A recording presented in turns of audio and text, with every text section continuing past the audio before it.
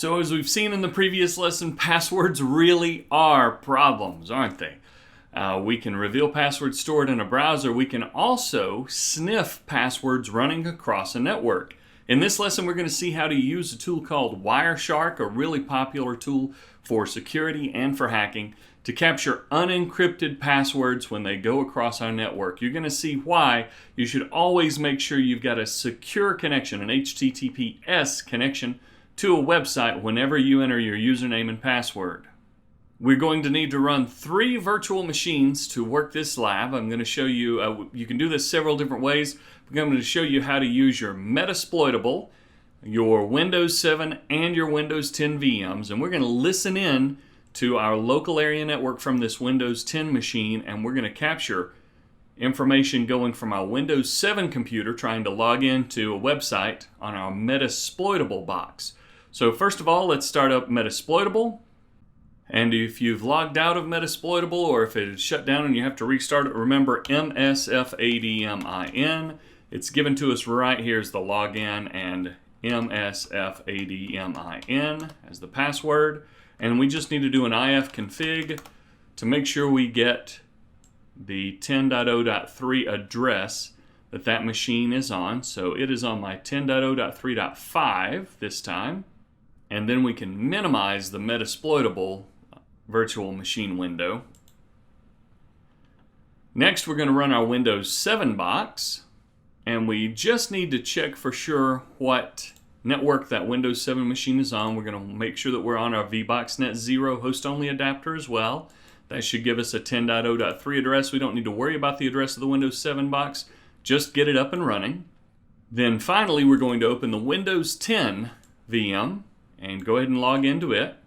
And we're going to need to connect the Windows 10 machine out to the public NAT network just for a moment so that we can download Wireshark. So come with me to the network controller for the Windows 10. We're going to take it off of host only, go to the NAT network, public NAT, and hit OK. Come down to the lower right corner and we're going to disconnect that network adapter. Then we're going to reconnect it. And then we will try one of our browsers to see if we get a good connection out to the internet. Let's say wireshark.org. If you don't get a good connection to the internet there, just reconnect that network adapter and try it again.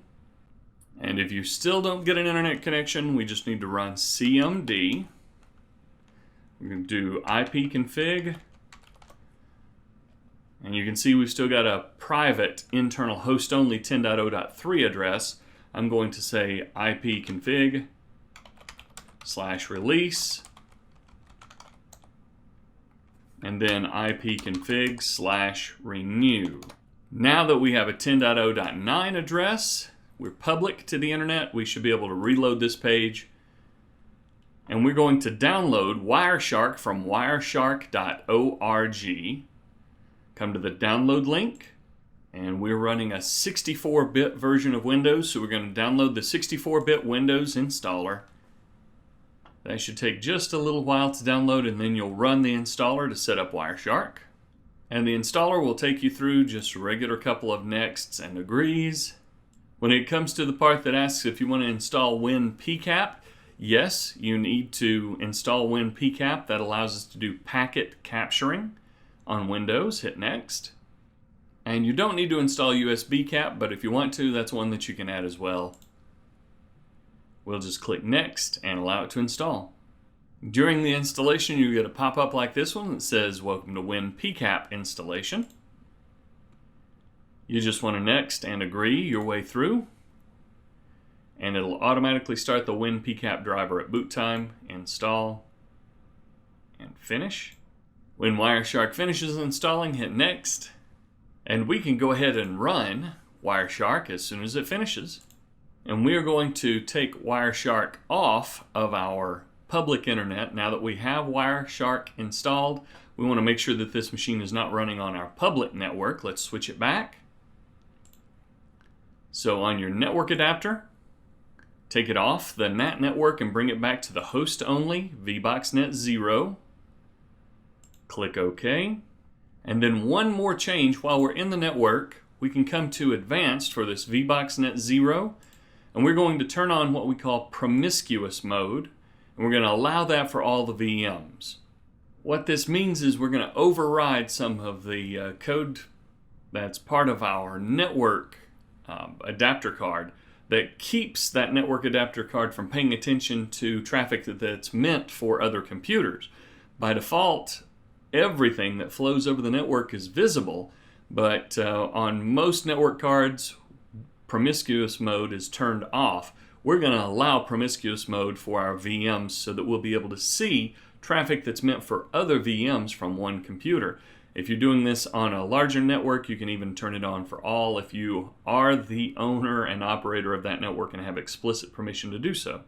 Running Wireshark on a public network or on a shared network or on your work or school network can get you into a lot of trouble, so don't do this anywhere that you don't have access. So we're going to allow it just for VMs and click OK.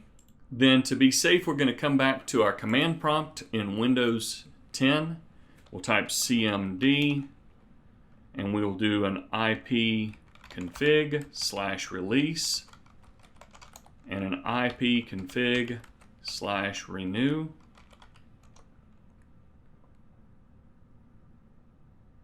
And when that comes back with a 10.0.3 address, we know we are on the private internal host-only network 10.0.3.6, and we can proceed with the lab. We'll see how to sniff the password now that we've got Wireshark set up. We will try to log into a web page from our Windows 7 box onto the Metasploitable machine, and this Windows 10 computer off to the side is going to sniff that username and password.